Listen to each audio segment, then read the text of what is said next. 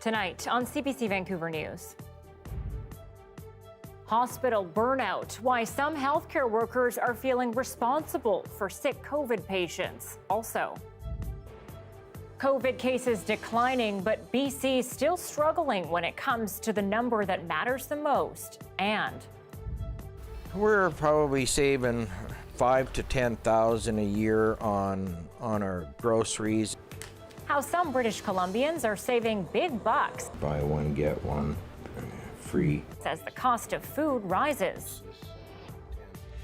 This is CBC Vancouver News.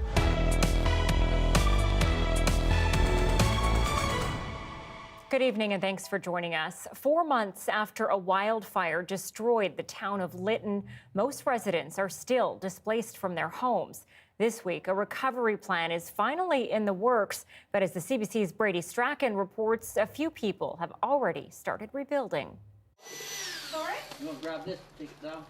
Don Glasgow and his wife Tricia are tired of waiting for permission to rebuild. They've started construction on a new home on their property just outside of Lytton.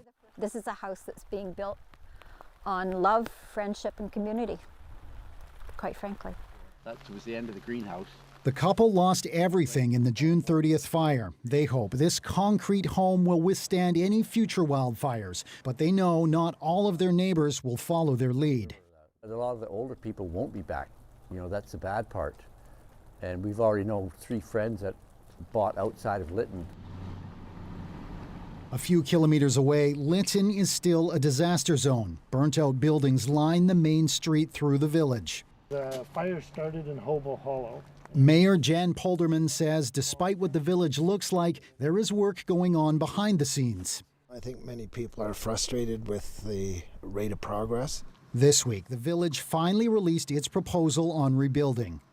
The draft recovery plan outlines 8 immediate needs, including emergency and temporary housing, financial aid, and critical infrastructure, such as sewage and clean water systems.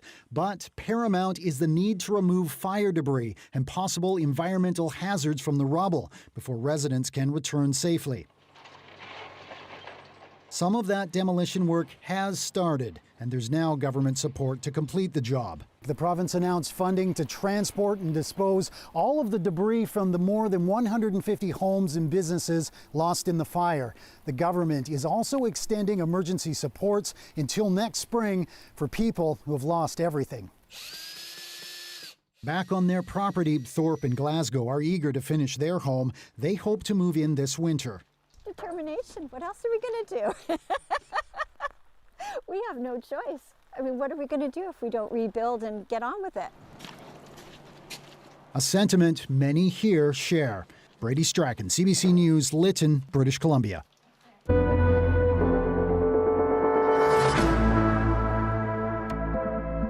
It's Friday, so that means we chat with our Justin McElroy about the COVID numbers.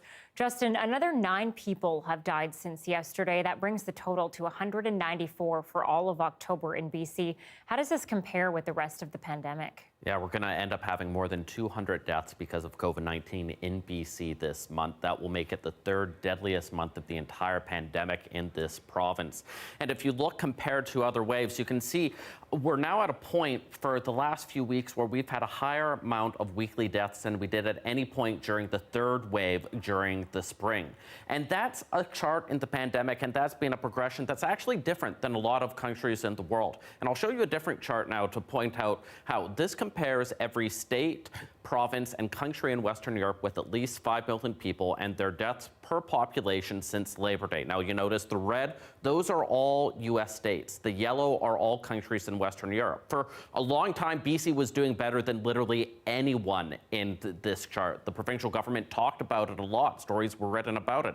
Now, with the exception of the United Kingdom, we're doing a worse job at preventing deaths than anywhere in Western Europe. It's a frustrating story, but it's one that's been consistent for a while. And so long as we continue to see outbreaks in long-term care homes, so long as we continue to see hospitalizations not get under control, we're going to be seeing that rate of deaths higher than Ontario, higher than Quebec, and higher than a lot of places that in the past BC was doing comparatively better than. Frustrating is the perfect word to describe it, I think, for a lot of people. So is there any good news right now? Yeah, and you can look over the past few weeks and see that overall transmission in BC is declining. This chart we've shown a bunch of times. The yellow line is the key one. It shows the rolling average of new cases, and you can see there's sort of that downward trend. We end up having about 2 bad weeks for every 3 good weeks. So we were down 10% this week. Overall, the projections from a lot of modelers say that we'll continue to see this slow but steady decline, but it's too slow to really bring down deaths significantly, and it means that we're going to have several more weeks, if not months, where ongoing transmission and higher death counts than people would like are going to probably be a fact of life in this province. The CBC's Justin McElroy, thank you. Coaches, leaders, and volunteers in youth sports, dance, and arts clubs are, among other things, have to be fully vaccinated to take part. Turns out the mandate is designed to deal with a certain loophole. Health Minister Adrian Dix told the CBC this morning that prior to the order, there was a small number of cases where people would claim to be a coach to get into indoor facilities without being immunized. The hope is, he says, this change will close that loophole. The provincial order applies to anyone leading, supervising, or assisting with indoor and outdoor programs for children and youth under the age of 19. And speaking of shots, British Columbians will need to get a second vaccine card in order to travel. It's the Canadian Proof of Vaccination Certificate. It can be downloaded now and goes into effect tomorrow. It's needed to travel within Canada by air, rail, and cruise ship. You also need it if you're leaving the country. So now, if you got your shots in this province, you'll need to carry 2 cards with you depending on what you're doing. For the next month, you can use the vaccine passport you already have to travel across the country. Well, tonight kicks off what is likely to be a whole weekend of Halloween fun. This year, likely to be spookier than the last, as venues are allowed to host parties again. As the CBC's Michelle Gazoub reports, they're still trying to balance the candy with the COVID.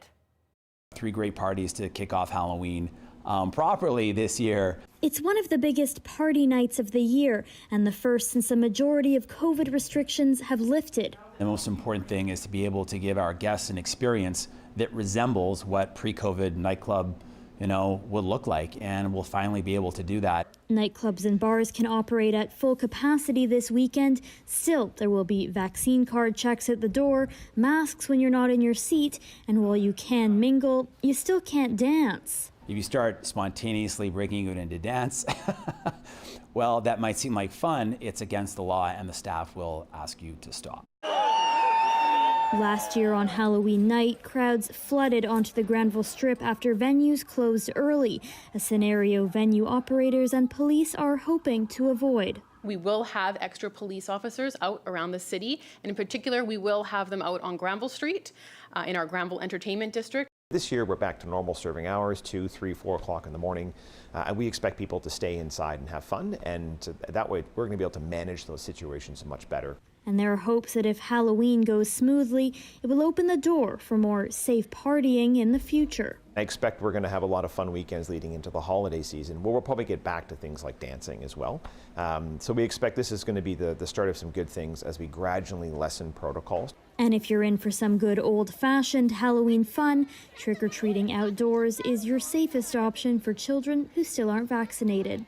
Michelle Gazoub, CBC News, Vancouver. A UBC student and his father are on the hook for hundreds of dollars for an in-park parking pass. The problem is they've never used the stall and have tried to cancel their parking contract since the middle of September. But as Joel Ballard reports, connecting with the parking company hasn't been easy. As a new student traveling from Surrey to UBC, Harshvardhan Shah knew he had to find parking for the semester, so he reserved a stall with in-park. But then he found public transit way easier. I logged on their site to cancel, and the earliest date on there was December 31st? December 31st. Yeah, December 31st, earliest date. This was September 14th, and the system wouldn't let him cancel for another 3 months. He filled out the online form, then tried to call the company 5 times. I was not able to get a hold of a person. It would either put me on hold or just not connect at all. Endlessly waiting on hold, eventually Harshvardhan forgot, until his dad's credit card was charged right through till the end of November. So I started calling in the morning. I wasted an hour of my work time. I couldn't get a hold of anyone. On October 15th, he connected with an agent, but he was told the earliest they could now cancel would be November 15th. According to Impark's terms and conditions, any cancellation notices received on or after the 8th go into effect 30 days later. Impark considers the call made on October 15th as the cancellation date, not the online form that was filled out back in September. CBC News reached out to Impark multiple times, but they have yet to respond. The Better Business Bureau of Mainland BC says there are a few tips consumers can follow. That if you are looking to do something like cancel, you want to protect your own interests. And so start by putting something in writing and getting it to the business first. She says it's important for businesses to work with, not against the consumer, like addressing long phone wait times. You know, from a business side, you've got to look at your customer base and you've got to put in mechanisms to support your customers so that they're getting the support they need. As for the Shaws, they're willing to pay for the first month, $125 per stall plus fees and taxes. But they don't feel it's right to be charged for a service they've never used and have tried in vain to cancel. Stop taking this innocent people money. Joel Ballard, CBC News, Vancouver. Conservation officers on Vancouver Island have put down at least 12 black bears in Tofino and Ucluelet in the last 6 months. This is because of a growing number of the animals breaking into properties searching for food. The Conservation Office Service says it's had more than 300 calls from that area since April. Last year, they had fewer than 70. Many of the bears have become so habituated, they see humans and our homes as a source for food. Those bears cannot be relocated and are a threat to people. Residents are urged to make sure there is no easy access to garbage, pet food, or bird feed. And with food prices increasing in Canada by about 4% since last year, some people are finding ways to get around the high costs. As Benit Brach tells us, for some, the strategy is saving them thousands. Last year, we probably bought 600 boxes worth of cereal. Along with rice, instant coffee, gravy, and lots of this. Ellens and his wife are extreme couponers with an appetite for low grocery bills and donating goods to others. When you learn to save on dairy and meat, you learn to save on cell phone bills and any other type of bills. They use apps like Flip, which lists flyers from various stores to use for price matching. With Checkout 51, you can earn cash back by redeeming offers. And with a 10% jump in meat since the beginning of the year, apps are a big help. We'll use Flip, Primary Bros. The wife will buy 12 at a time. Beyond technology, these stacks of coupons still do the trick as well. We're probably saving $5,000 to $10,000 a year on our groceries. Okay, so maybe not everyone's at this level of couponing, but a recent study shows just under 40% of British Columbians are using coupons more this year than last year. 42% are using more flyers, and people also look for goods that are about to expire. With this new app, 130 local stores in Vancouver have partnered up to make surprise bags with heavily discounted surplus food. You get the value of the bag. So say a value is $15, you get it for 1/3 of the value. So that's significant savings for the consumer for a meal that otherwise would have been thrown out. And if coupons, apps, and bulk buying aren't an option, experts say you can stick to something simple, a shopping list. Staying organized even helps this extreme couponer land some bargains. Barbecue sauces, most of the time we're getting them absolutely free. We pick up hundreds and hundreds of them. For Ellen and his wife, it's all about catching the next good deal and paying it forward. We're giving away all 300 on our next round. We're giving that away, and it really does make us feel good that we're giving back, because we for every $100 that we're giving away is probably only costing us $10 to do so. And it's going a long way for them and people in need. Benit Brach, CBC News, Abbotsford. Vancouver police are looking for a man who tried to attack a hotel concierge with a knife earlier this month. The man entered the parkade of a hotel on Robson Street. He was confronted by the concierge who had seen him peering into cars. He pulled a knife, allegedly threatened the hotel employee, and fled back to the street. A passerby saw this confrontation and called us. So we attended immediately. However, we weren't able to locate the suspect. So now we are appealing to the public. If you know who this suspect is, if you recognize him, or if you were in the area at the time, please give us a call. Police say the suspect was bald, clean-shaven, and in his 30s. He had a black jacket over an orange shirt with black pants and had multiple cuts and bruises.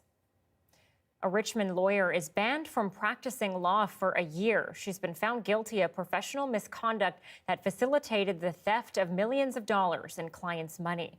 The Law Society found Hong Guo left a series of blank but signed checks with her bookkeeper, and this allowed Guo's employee to steal $7.5 million in client trust funds between 2014 and 2016. The allegations were under investigation during Guo's 2018 run for mayor.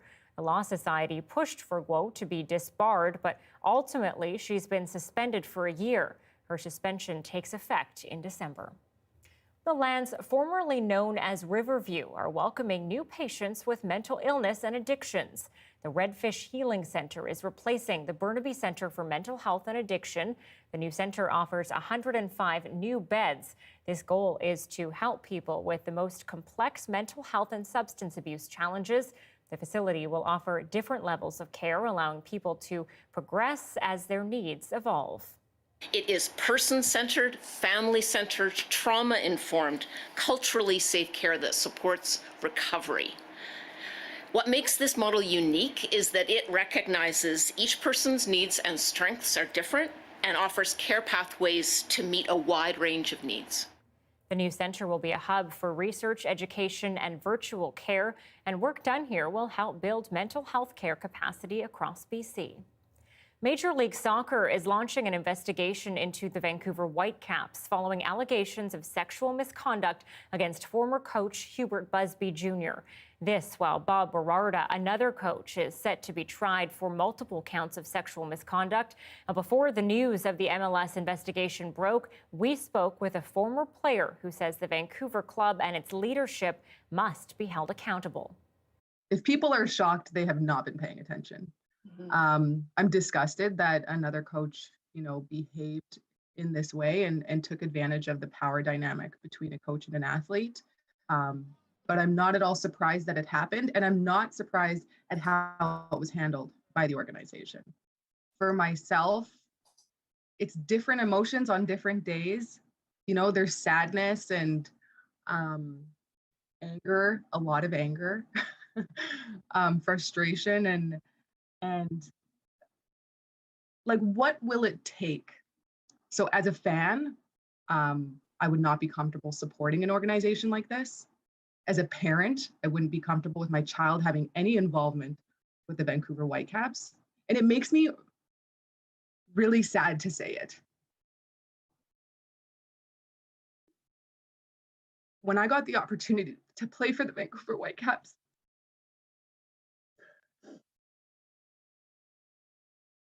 I was so proud and so excited. My heroes were on the team. It was such an opportunity. And now when I see them in the news, I can't pay attention. And I wish I could go cheer for that team. I can't. If you cannot handle the responsibility of taking care of athletes that play for your club, or athletes around the world, when you quietly dismiss the coach and release him to the next team, then that role should be given to someone else who is able to act with integrity.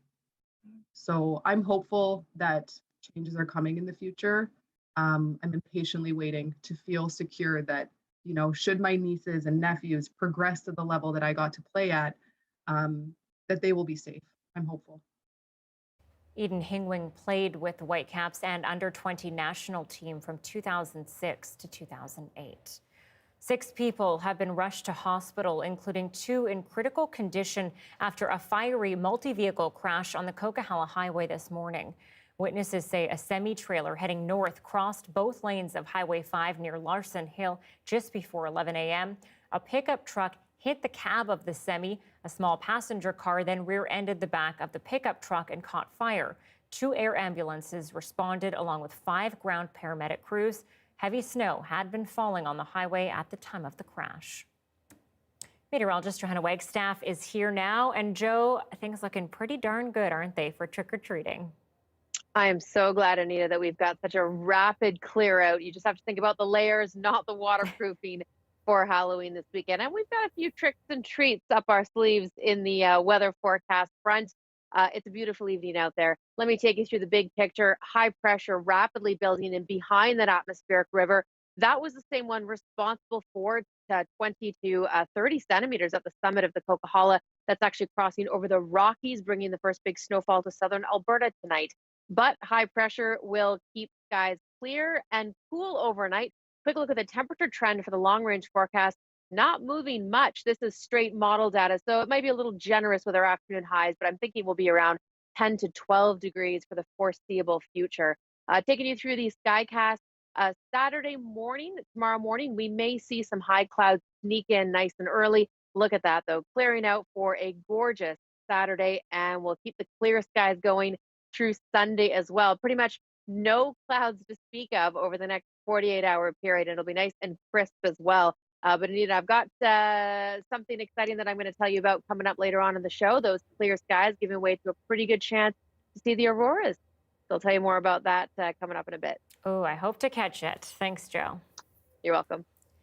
It's part of a larger trend in the Lower Mainland, the comeback of the corner store. This one is a century-old business reimagined. East Vancouver's iconic Vernon Drive grocer has new owners, and they're bringing good beats, fresh bread, and local artists. I went to check it out and found out this revitalization aims to build community, something lost in recent decades, but especially since the pandemic. Tell us, first of all, why you wanted to buy this place. It's been a very interesting 1.5 to 2 years for a lot of people, pretty much everybody. So, we want to take this opportunity to create a space where people can kind of connect again and enjoy life again and rise up their vibrations.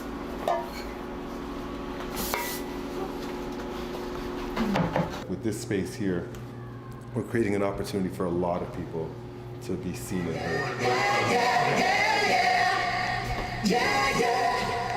This is making community convenient, and that means providing a warm space that'll have a lot of delicious food, a lot of great music, amazing service. We want to showcase a lot of the local creatives and artisans in our city that don't necessarily have the vessel or the venue to sell their products.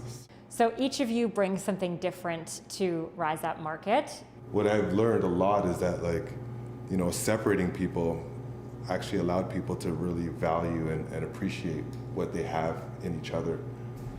The rebirth of the corner store is happening all over. Are you hoping that with another one here that you're going to be fueling a bigger trend? Yes, definitely.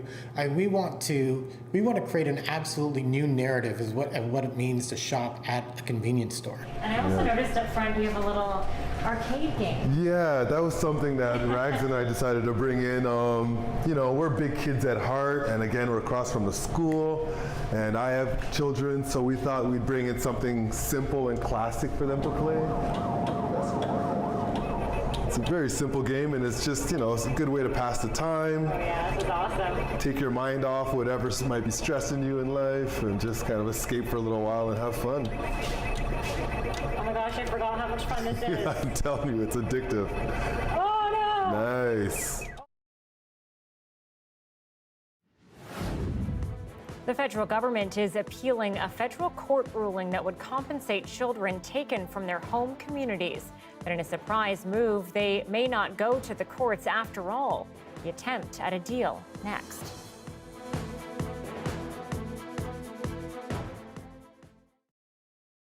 Thanks for staying with us during our commercial-free live stream. Beaconsfield Historic House in PEI has been holding seances recently, but instead of just trying to communicate with the other side, it was part of an education program put on through the island's Heritage and Museum Foundation. Have a look. Please do not linger on the threshold. Come, join the circle. There are many spirits here tonight. I can feel them. I can sense them all around us. I have traveled the world over, communing with the dead, but seldom have I felt such a pull as that which I feel here at Beaconsfield House. You know, every historic house ends up having its stories of its spooks and its ghosts. You know, it hasn't escaped my notice that holding a fake seance in a haunted house is kind of the intro to a horror movie. So we are going to be doing a theatrical reenactment of what it might have been like attending a Victorian seance in the 1880s or 90s. I am Madame Evangeline Gray, spirit medium and conduit for the otherworldly. The idea is that guests will arrive at the house as if they are guests arriving at a seance. They'll be welcomed in. We will perform a little short play, essentially, where they get to sort of participate, and we'll use some of the tricks that we know were employed by some of the spirit mediums in the Victorian era. Spirits, knock once for yes, twice for no. Do you understand? So I want to be very careful to make it clear that we don't know if people were actually communicating with the dead or not. People have different beliefs about seances and about communication and the afterlife. You know, we don't have any answers about that. However, if we look at the context of Victorian seances, we do know that there were proven cases of fakery going on. And must my trembling spirit lie?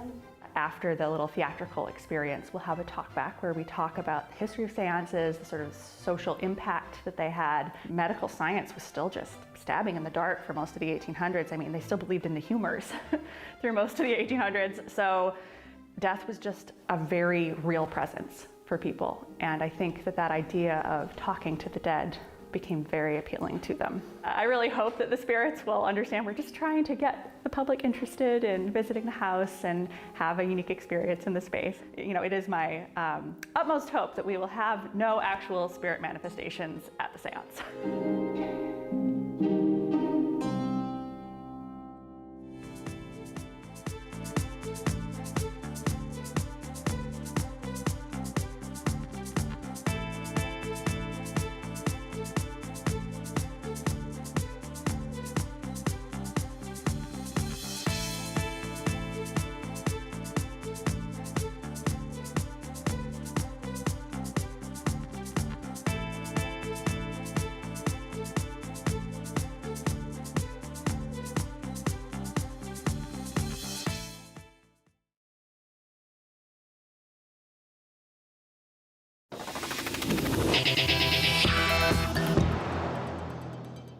For years, amid heavy criticism, the federal government has been fighting against a ruling that ordered compensation for Indigenous children who were put in child welfare.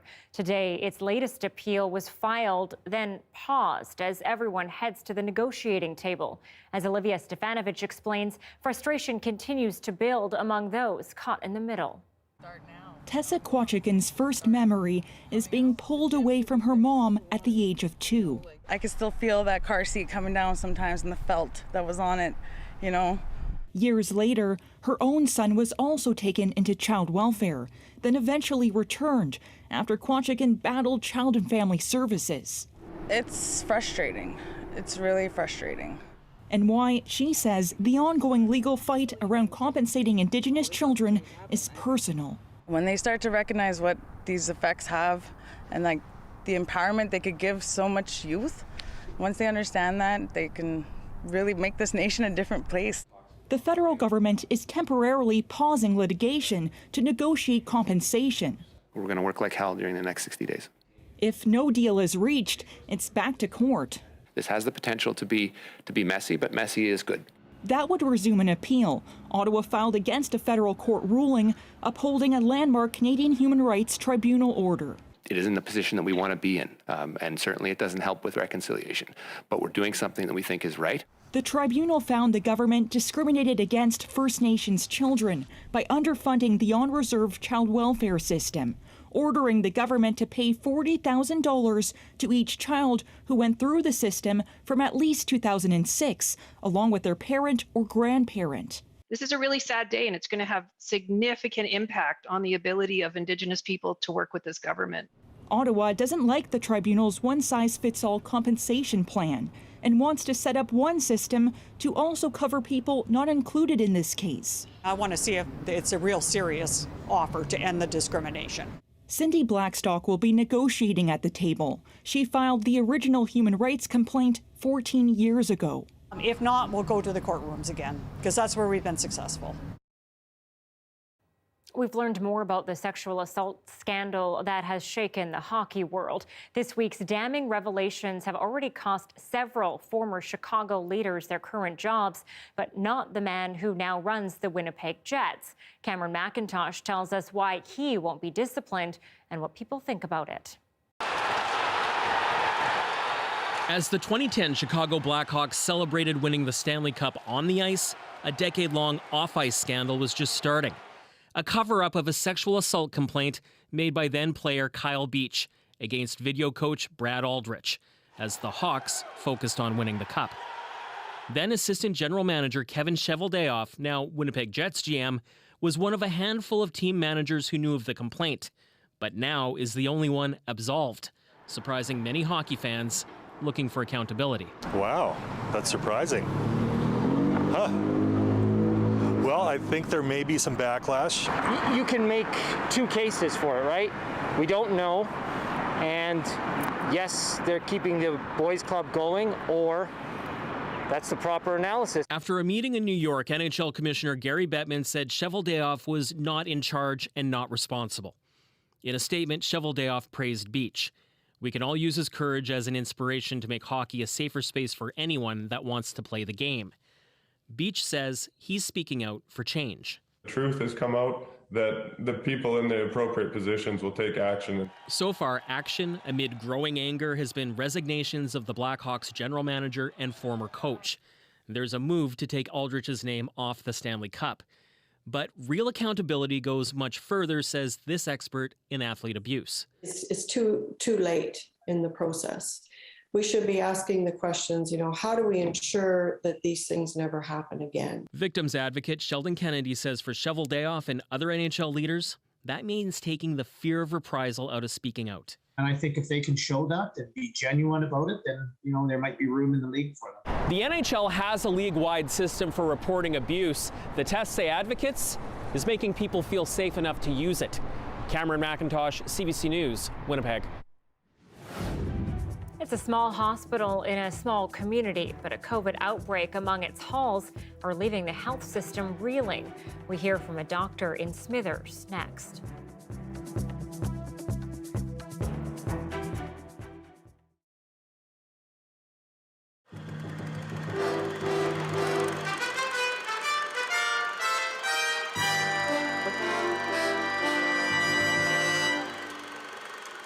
It's Halloween tomorrow, and across the country, children and grown-ups are deciding what to wear. Earlier today, we asked kids what they're wearing and why they like dressing up.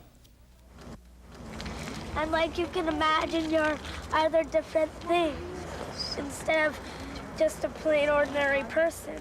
Here's Bugs Bunny. Fairy princess. Ghost. A ghost. How are you gonna scare them? I don't know. That's a good one. I'm not built for scaring. I'm just built for conquering. Who are you? She-Ra. Why? She's strong and she's a nice person. Trick or treat! Trick or treat! To talk about which costumes are in demand this year is Pat Gorman. His family has been selling costumes in Vancouver for 37 years. Mr. Gorman, what's new for Halloween this year? Is there a trend? Yes, there is. You will find that ninja is still popular. The French maids, the nuns, the priests, probably the most popular right now is elf. Elf? Yes. That big nose thing. That's right, the big nose thing, the big furry creature from outer space. That's the big one this year. You know an awful lot about your customers by the costumes they choose, don't you? Yes, and they also talk to us as well in regards to what they're looking for, what they're trying to build. and But just their ideas. isn't it a kind of a character giveaway, the kind of image they want to project one day a year? Oh, definitely. They will be able to live out their fantasy. They're able to dress up whatever they want and do whatever they want on that particular day. How come there's such a business in adults' costumes in Vancouver? Is it just in your city, do you think? Well, I think it could be, as well as down the States as well. It's a trend that has taken off. It's taken away from the kids due to scares, you know, what kind of candy, tainted candy or whatever they're going to be getting, and it's turned to the adults, and it has been for the last 5 years. Are people transformed when they put a costume on? Yes, they are, very much. You can just see them in the store. They come in meek and mild, and they'll put on a costume, and they'll parade around in the store and show off the costume. I gather that there's a desire to have this horror image as well. Very much so. Murder on Elm Street is a good one this year. It's very, very popular, and people want to dress up as that particular character there. What's involved? Not just cost, but effort. Effort on some of the things that they have to make up their face by putting scars on, by putting makeup on in particular places. That's what they're looking for. And when all the customers have gone to the party, what do the Gormans do? We relax at home. Actually, we bring fireworks home and we light off the fireworks at night.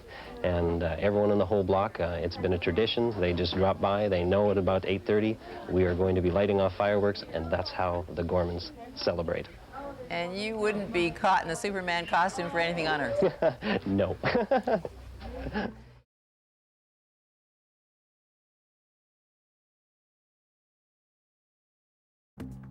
Here are some of the stories we're following tonight on CBC Vancouver News. I was not able to get a hold of like a person. Like it would like either put me on hold or just not connect at all.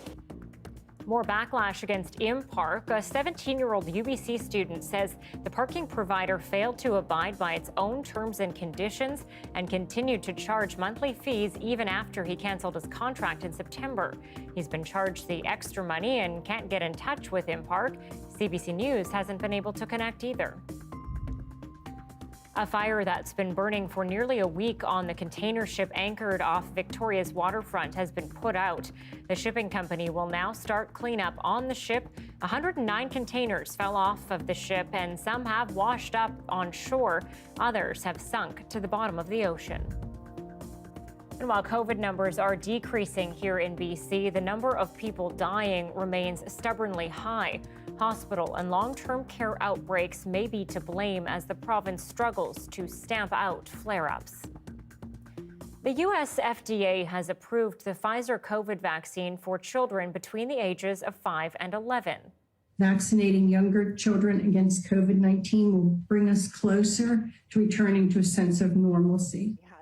The FDA advisory panel has voted overwhelmingly in favor of the move, but there's one more step. The CDC will hear more detailed recommendations next week and make its final decision soon afterwards. In Canada, the decision may take longer. I don't have a crystal ball, but it's looking, again, sort of mid to the end of November as an estimate. Health Canada's chief medical advisor says the review is going well, but that they want to carefully go over the data and weigh the risks and benefits before moving forward. Just a handful of countries, including China, have approved vaccines for kids under 12. A COVID outbreak at the only hospital in a very remote part of northern BC, Smithers, has resulted in 5 people testing positive and 1 patient dying. Despite the small population of the town, Smithers has one of the highest per capita rates of new infections in BC and one of the lowest vaccination rates at just 70%. I'm joined now by an ER doctor from the hospital, Dr. Darren Jacobic. Thanks for being with us tonight. You're welcome. Doctor, your hospital has only 16 beds usually, but yet there are still quite a few infections in the area. What does the hospital look like right now?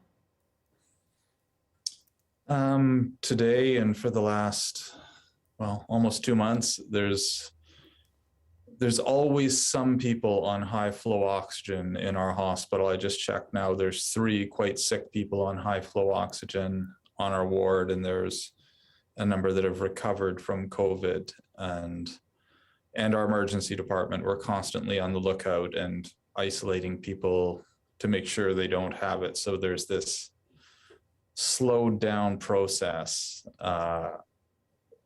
of everything because we're constantly on the lookout for more COVID. We spoke just before the interview and you mentioned to me that you're feeling emotionally exhausted. Can you tell me about that? I think most people are. I mean, ever since the pandemic started, but part of the emotional exhaustion for sure is that we failed as a system, and we failed in our communication patterns. I just talked to the Emerge doc on now, and the doctor who's up with 2 of the sickest patients, and there's this feeling that not only have we failed in our communication, but we continue to fail even though vaccination rates are going up. And I know vaccines aren't perfect, and they're not the be all and end all, and they're not, all these measures none of them are perfect. But when you're in the system, you can see that only the very, very sickest people are unvaccinated, and we feel responsible. And it's just draining to think, how did we not get this message out? How are we continuing to fail in our messaging somehow? Because it's hard. The doctor he said he had two people upstairs. Both of them said, "I'd rather die than be this short of breath." And it's the immediate impulse by the doctor is, this was preventable. Like, it's really sad. And then we have more people, and then the lab goes in and x-ray goes in, and COVID is a disease of clots. And then we CT scan to see if they have clots. And is that what's causing more it's something, this whole process is an early in the pandemic sort of thing, or an intensive care unit sort of thing. And this late in the pandemic, it feels kind of demoralizing to know that we're still doing this, and there's a way around it. We know vaccine rates are low in Smithers, but what are you seeing, what are you hearing in the wider community about COVID and what's going on there? Nobody likes the restrictions and the lockdowns, but our vaccine clinics are going, and there's a lot of hesitant people and people being community minded and know that this is an entire system thing. And I've got a lot of gratitude for those people who've stepped up and done their part in our community and in the region. And our vaccine rates are going up, and people are generally adhering to the restrictions, and the community's been wonderful and wonderfully supportive, and the staff have been troopers hanging in there. So yeah, a lot of gratitude for the people who are helping out to get us through this. Dr. Darren Jacobic, thank you, and thank you to all your staff as well.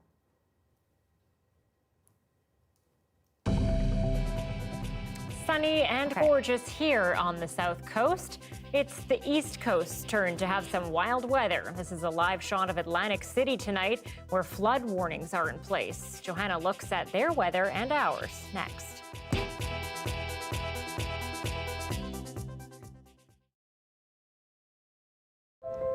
They don't believe me, especially when I tell them that the black side of me is Canadian.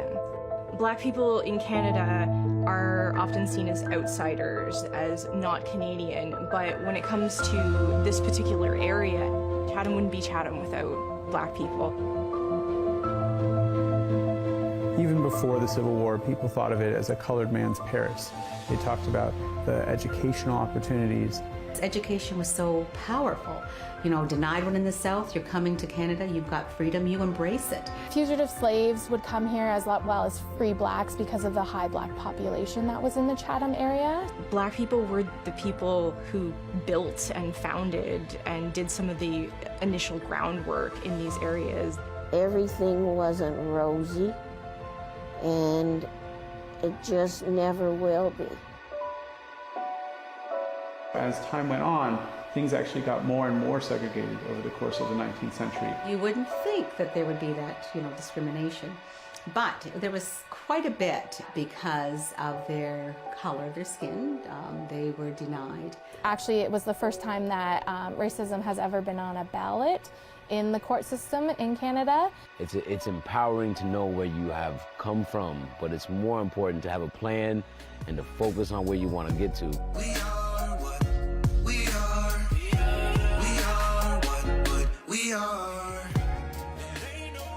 So I think that it's important that everybody knows about these people because these are the people who made a change in Canada. Take the journey. Become who you're supposed to be.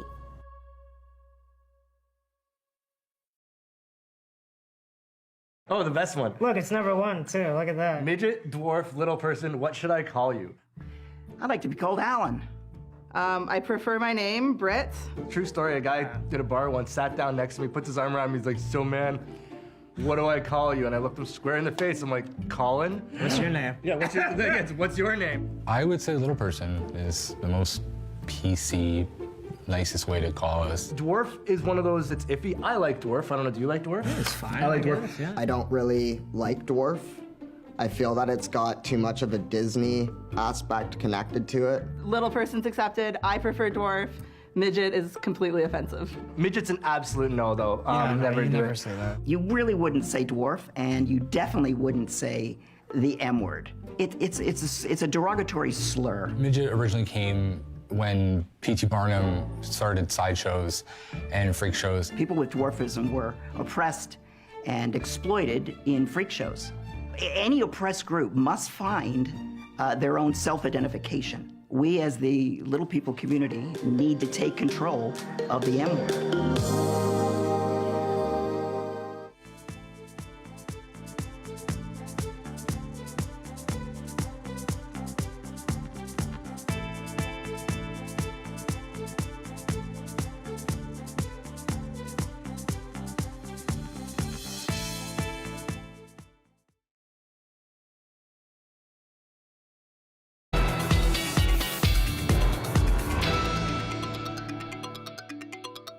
A powerful storm in the United States has left more than 20 million people under flood alerts. As Susanna De Silva reports, forecasters say parts of the East Coast could experience some of the worst flooding seen in decades.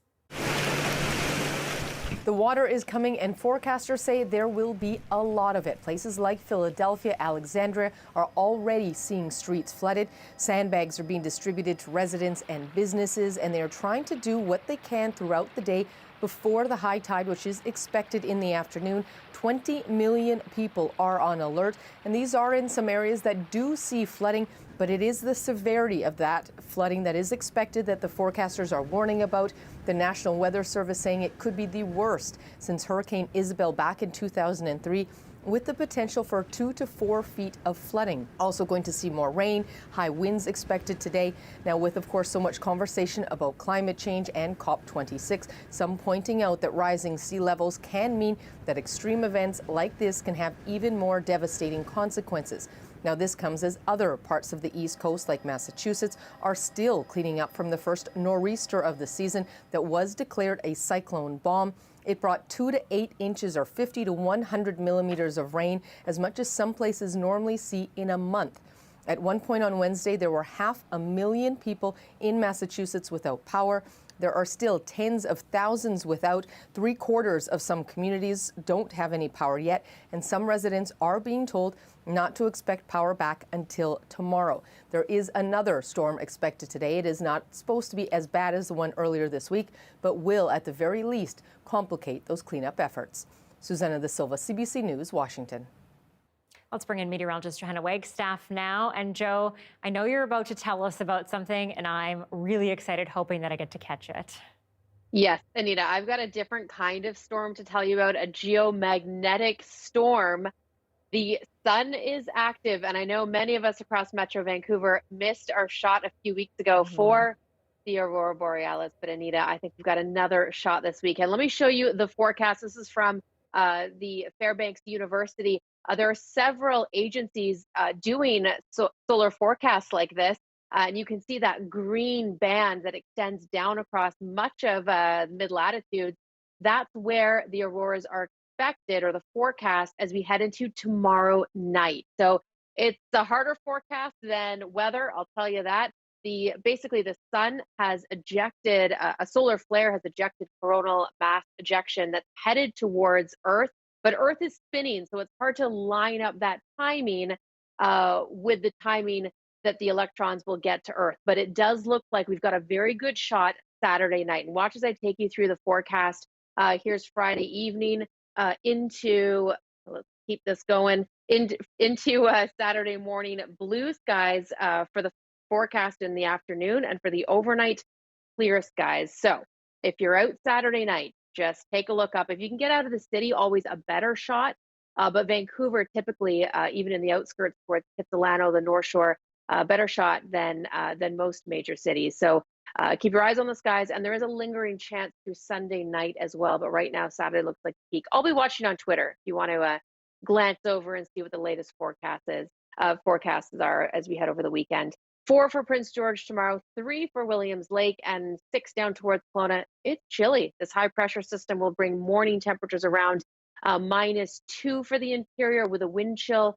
That'll make it feel more like a -5 or a -8 for the interior. But clearing skies for everyone, even Cranbrook, they'll get that wet snow to kick things off tomorrow morning, clearing as we head into Sunday. And then things take a while to cloud back over. Monday and Tuesday looks like we'll see a few showers, but seasonal to below seasonal temperatures in through the interior. Temperatures drop for us Sunday. So Sunday night, Halloween trick-or-treating, it will be a little chilly out there. Always easier to add an extra layer. And then Monday evening, Anita, that looks like the next round of rain. But I would say this is a weekend full of trick and treat. I think that's what everybody's hoping for. Thanks, Joe. You're welcome.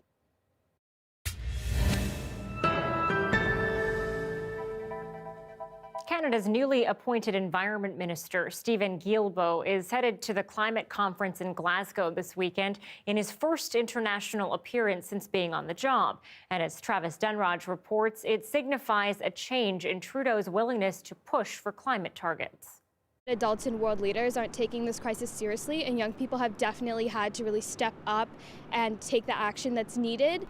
Alia Hirji is traveling to Glasgow with an Indigenous-led BIPOC youth group to make sure her generation is heard. At 16, she's already fed up with world leaders making climate promises they failed to deliver on. In past conferences, Canada has been really critical on other nations, which I don't think it has a right to, given how much our emissions have risen. In 2015, Prime Minister Trudeau pledged Canada would reduce its emissions by 30%. This year, setting a more ambitious target of 40 to 45% by 2030.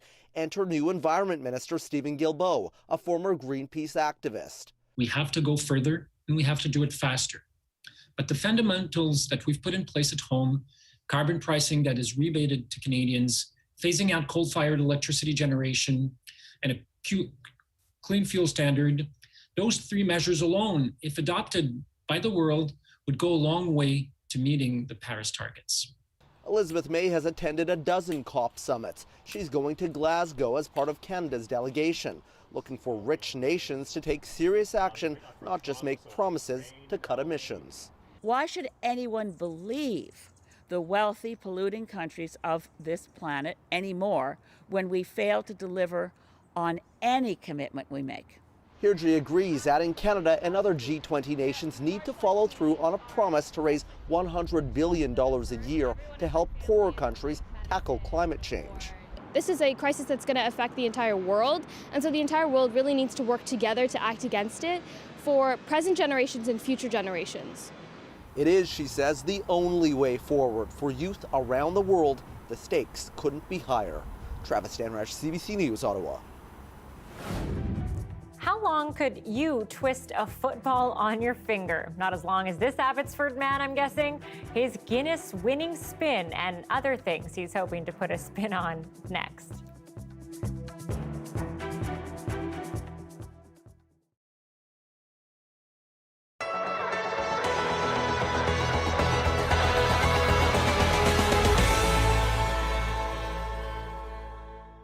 Hundreds of cars and dozens of students walk by this spot almost every day. And even though it's visible to people here in Windsor, not much is known about Assumption Cemetery. 3 people I spoke with are trying to change that. In his hand, Tom Vadic holds hundreds of old documents from Assumption Church. These files tell him who is buried, but he can't understand them. Records in the churches are written in French. The most important words I know are père, mère, those are father, mother right there. Sepulture, which is the burials. In some cases, these are the only records left. Established in 1748, those laid to rest here haven't had the most peaceful stay. The cemetery has been moved twice, from the riverfront to Assumption Park, and finally in 1859 to this intersection at Huron Church Road and Wyandotte Street West. There's an unknown number of unmarked graves, yet the cemetery is still active. We believe there's close to 100, if not 150 graves that are still available. They've already been pre-purchased, so that's the relatives of the deceased that are already here. The relatives have already pre-purchased these plots, and these are the ones that we're unfortunately waiting for them to pass away until we would inter them in the ground. The identity of some site owners aren't known until someone comes to claim them. And when they do, it's possible they could be buried beside Cindy Moynihan Foreman's ancestor. I did locate one ancestor who was buried there, and his name is Dennis Moynihan. And I don't know a lot about him. And the reason for that is he died in 1860. So paper records are incredibly complicated to find. Do they have a headstone? Did you find that out? A lot of these headstones are buried. They sort of sink and they go under. So to my knowledge, his headstone has not been located. So somehow he rose very quickly to the top. So he was a school teacher, then he was a land agent, then he was responsible for one of the infantry groups during one of the rebellions in Sandwich. And he died young though. So like I said, his early death in his 40s meant that there was no record. Nothing's written of him in any of the history books. She says her research shows the first Windsorite who died from the Spanish flu in 1918 is also buried here. Strolling through the cemetery, you can see its direct connection to Windsor. Headstones match street names. Windsor Public Library says most of these people own farmland in the city, but names on other stones can't be identified. Even if their name is in here, we may not know where they are here. Those I spoke with say that it's important to learn about the past and the mystery that lies beneath. Jennifer LaGrassa, CBC News, Windsor.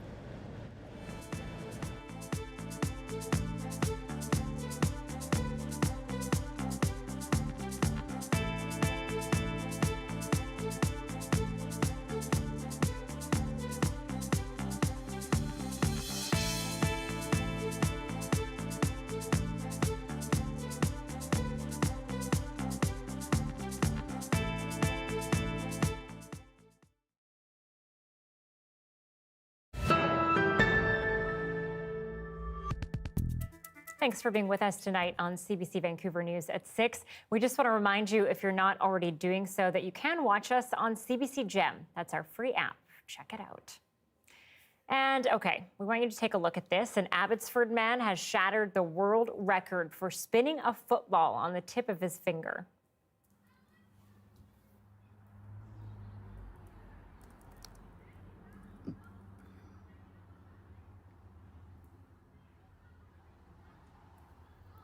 That is 29-year-old Sandeep Kela. He's now gracing the pages of the Guinness Book of World Records for this feat of a skill. And this isn't the first time he's made it into the book, though that accomplishment had a similar ring to it. Sandeep also set the record for spinning a basketball on a toothbrush. He's not resting on his laurels. From here, he plans to set records for spinning rugby balls and volleyballs. Well, Sandeep, I won't be trying to beat your record. Not sure I'll get more than half a spin. Taking you to Ontario now, where a haunted corn maze is giving some big scares while also giving back. Have a look. We are here for the most amazing Halloween haunt and corn maze that I have ever done. This is the Robinson Charity Halloween Haunt and Corn Maze, and the proceeds of this charity are going to sick kids for the Brain and Mental Health Hub. Just remember to stay 6 feet apart. I've been doing this for about 11 years. It normally is one night. It's a lot to set up for one night. So this year I thought, you know what, no matter what, rain or shine, I'm going to do it for 9 nights, including Halloween night, every day from 6:30 to 9:30. Every year I try to make it a little bit different, but since I'm basically sitting on a double lot, the front of the lot is where I do the cornstalk maze. We come all the way around the back of the house, and that's when I get to set up great scenes like this. What we're doing new this year is that we're going to give 3 prizes away for each night for the 9 nights. Anyone who takes a picture here at the haunt and they post it online with the hashtag #RobinsonHaunt, they're going to go into a draw, and then once an hour for the next 9 days, we're going to give away a prize. This way. The maze is amazing. Everyone should come out and try it. It's awesome, and it's for a great cause. And it's so much fun for the kids and all the neighbors and all the residents of Pickering. This is my mom's maze, and it's really good because it goes to a good cause and it has the kids and everybody else have fun. I picked Sick Kids this year because of what we've been going through with COVID and the children not being able to get out, enjoy time with their friends or anything else, and especially since Halloween was canceled last year. I thought this would be the perfect time to get Halloween up and going again. A lot of people are suffering from mental health, and especially the children. You know, the families have been going through a lot. That's it for our show tonight. Have a happy and safe Halloween weekend. I'm off next week, but you'll be in great hands with our Dan Burritt. Good night.